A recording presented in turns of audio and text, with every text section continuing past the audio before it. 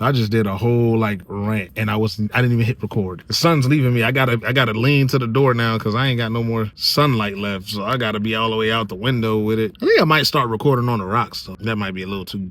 Ugh. I'm like, you on the rocks? Ooh, what you trying to be? Get zesty ass? Like I ain't trying to be that. You know what I'm saying? Everybody say you zesty when you find something beautiful. Like just say the background is beautiful, man. Men be like, yo, men are the biggest haters though. Like I'm a hater myself. I ain't gonna lie. If I see somebody, especially a comedian, and they out there like doing something, like come on, don't let me see you with an unbuttoned shirt and the wind blowing, bro. I'm gonna be like, this mother thing he in the '90s R&B music. Like, what's wrong with you, bro?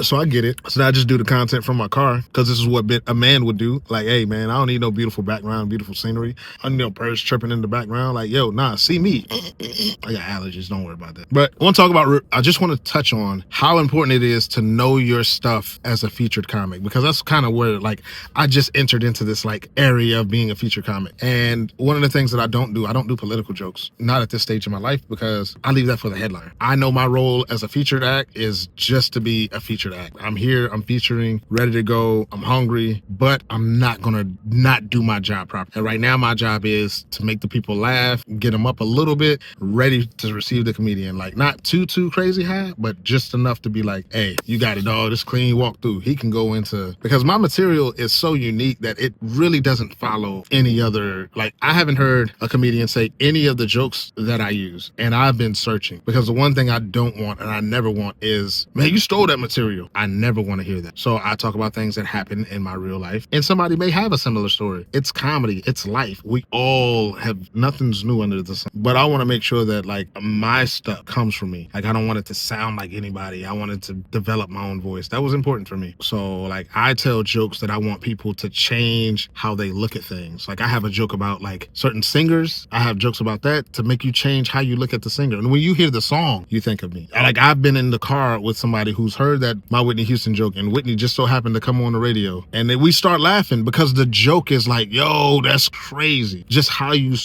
do that. You know what I'm saying? Like that's what I want to do. I got a man, my guy, he told me, he was like, hey man, look, I can't even take Viagra the way I used to because of my Viagra joke. I'd be like, what? He's like, yo, every time I think about taking Viagra, I think about you. And I'd be counting I'd be like, dang man, you said the joke back to me. And I'd be like, oh, okay. Like, I counted myself. Like, you know what I'm saying? Just make sure she ain't selling. I'm like, yo, that's hilarious, man. That's hilarious. Even, you know what I'm saying? Like, I had ladies who had alopecia be like, look, I got alopecia and I don't like that joke, but you made that joke funny. And I'd be like, what? It'd be like, yeah, I don't like that joke, but it was funny. It was. I was like, well, and you know, I get a chance to explain to them like, hey, you got to understand, like alopecia is so frowned upon because people have this negative stereotype. Like you have to make it inviting for men to accept like, yo, hey, look, you know what? I love your bald headed ass. Like I don't have to pay for a wax. It's for the men. And a lot of people don't understand that. Like, yo, the alopecia joke isn't for women and it's not to make women feel bad, but a lot of women do feel bad and I can kind of get it, but that's not the purpose of it. The purpose of it doesn't really have to be explained when the person who comes there for comedy isn't in a sensitive space. And that's why I like the jokes that I write because it's like, oh shoot, like a lot of women, I think it's like a 38% of women suffer from alopecia, but they can't embrace it because it's not accepted by society. I make a joke that makes it financially beneficial for the men. Oh, okay, cool. Like, yeah, hey, you know what I'm saying? Yeah, hey, baby, look, I want you to know that even with your alopecia, you still look good. Yeah, men, remind that your woman that she look good because the joke goes, hey, if you don't want her, I do, because I'm gonna save a whole lot of money. You know what I'm saying? Like, look, I ain't gotta pay for no waxes. That's the point of, that's the beauty of how the joke is written. It's not insulting, but people will get insulted because people are people. You can't please everybody, but the joke is designed so that men can understand, hey, that's your woman. Accept her for all her flaws. And it's very subtle with saying it. If she got alopecia, hey, look on find the bright side of everything is what that joke is about. Find the bright side. Hey, bitch, look, while you paying for them waxes, look, all I gotta do, hey, we changed the wig. We didn't have these same wigs for 6 goddamn years. I ain't spending no money every month getting her hair done at the hair salon. We ain't going from color to color. Like I got, you know what I'm saying? And then it's like, yo, if you just want to be yourself, girl, cut all that thing off. You got a nice shaped head. That's what the joke is. You know what I'm saying? Like the joke is not to insult anybody with alopecia, but people don't understand that. But I love the joke. I thought about getting rid of it because some people got mad, but I realized that, you know, that's not my responsibility. The people laugh. We understand. And the people who get it, like I said, the lady came up to me. She was like, I got alopecia, and I ain't like that joke, but it was funny. You didn't like it because it was a personal feeling, which I understand. And then when I broke it down, down to it, she was like, you know what? I like that joke. You got to understand, like, hey, I'm not the type of person that's going to insult you and insult you. Like, I'm going to talk about alopecia because it exists. I've got aunts, you know what I'm saying, cousins. I've got people who are close to me that have alopecia. I make the joke about alopecia with them in mind and their feelings. And I spoke to them about it before I go on stage. I'm like, look, tell your man he ain't got to pay all that money. They laughing. Okay, cool. Man ain't got to pay for no wax. He ain't got to get your mustache no more. Like, you know what I'm saying? You say some shit like that. What? But yeah, people get mad. People get mad. But it is what it is, man. Like, this is why I like the way that I structure my jokes. I think about my jokes. I think about how it affects the people that I'm saying the joke about. You know what I'm saying? Like, my reparations joke, probably my careless joke out of all of it, but I'm still making sure that I do it in a way that I ain't got to single a group of people out. I've already done that. Even with my misdirection, like, startup joke, I singled people out and flipped it into a misdirection. People love that joke because it's all, like, they're already like, come on, man, here we go. Like, I've seen people get ready to leave, like, grab their bags, and I'm like, where you going? You don't like that joke? All right, cool. Well, anyways, hey, yeah, boom, second part of it, and they sit right back down. They're like, oh, okay. Yeah, we don't want to feel away, you know what I mean?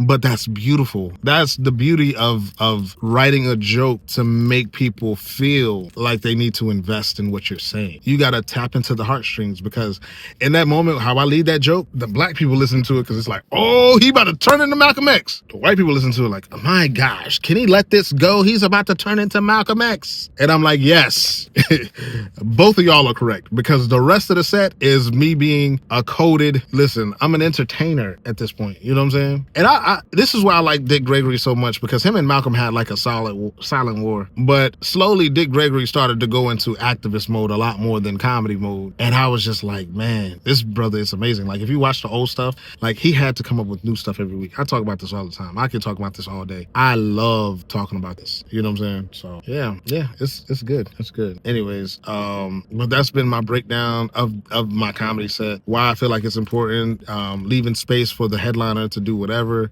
making sure that my jokes sound as original as possible and they get the best results, man. So if you feel a way about me speaking on certain topics and you're in my show or you're around, come talk to me, because there's a reason behind everything. And you know, even with my aunts who suffered from this and was embarrassed, couldn't do anything without something on her head because she was embarrassed about how her hair was no longer there. Like, I tell that joke with her. I tell that joke with people who were mistaken for cancer patients because they suffer from a different disease. And you know what I'm saying? Like, they're like, no, I'm healthy, but I just have alopecia and I don't have any eyebrows or eyelashes or any coochie hair. And it's like, yo, it's just that funny. You know what I'm saying? Like, you gotta make it funny because I've seen them suffer. I gotta be able to laugh at it because I've seen them suffer. I gotta make jokes about it because I've seen them suffer. I've seen the women in my life suffer from that very thing. But I'm like, you know, talking, like I said, it's talking to the men. So yeah, that's all I got, man. That's my time. That's 10 minutes of my life. I'm never not happy to share with you guys my opinions, my thoughts, how I'm developing. I just want you guys to know that I'm always working, and anything that isn't favorable, anything that you may not like, you can always ask me about it. You can always DM me, ask me about it, messages, whatever. There's no point in being a part of cancel culture. That shit is dumb. Like, but I do want to create a culture where it's open enough where you can ask me the breakdown of my jokes. I want to open that. I want people to feel like, hey, I ain't like this joke. Well, why didn't you like it? Because of what you said. That's messed up. I would never put my kids in the slaving camp. Like, what you talking about? I ain't say nothing about no slaves. All of them are being paid competently. Like, what do you mean? They're getting paid. I'm watching them. I'm watching these kids. You know what I'm saying? Like, sometimes you just gotta, and having that open door where people, like, I'm not afraid. I don't fear and I don't back down. And I know the intent of how every word that is written and said on stage, how it should flow and how it goes and what it means to me. So I want to open the door and be like, look, if you see a joke come past and you want to ask me about anything, shoot me a message, comment. I'm not one of those people that's going to be like, oh, you attacking because you don't understand the beauty of art. No. What don't you understand? Okay, I don't like this part of the joke. All right, well, why not? Well, do you understand what I'm saying in the joke? You know what I'm saying? Like, that's important for people to know. So yeah, I don't know. All right, though. It's getting hot out here. I got to turn on this AC. Man, I appreciate anybody who takes the time to listen to this video. It's very important to me that you at least come out here, click on the phone, see what I'm talking about, see if it's anything interesting that you want to hear about, and just coming in, it means a lot to me. And I'm grateful for everybody who comes out and checks it out. So yeah, that's me. That's my time. And yo, let's work together. Let's work together because you know my goal, and I may not know your goal yet, but you can share it with me and we can work together, man, especially anywhere. And if I have a show in your city, I'd love to bring it. You know what I'm saying? I'd love to bring you in. That's what I do. Y'all take it easy.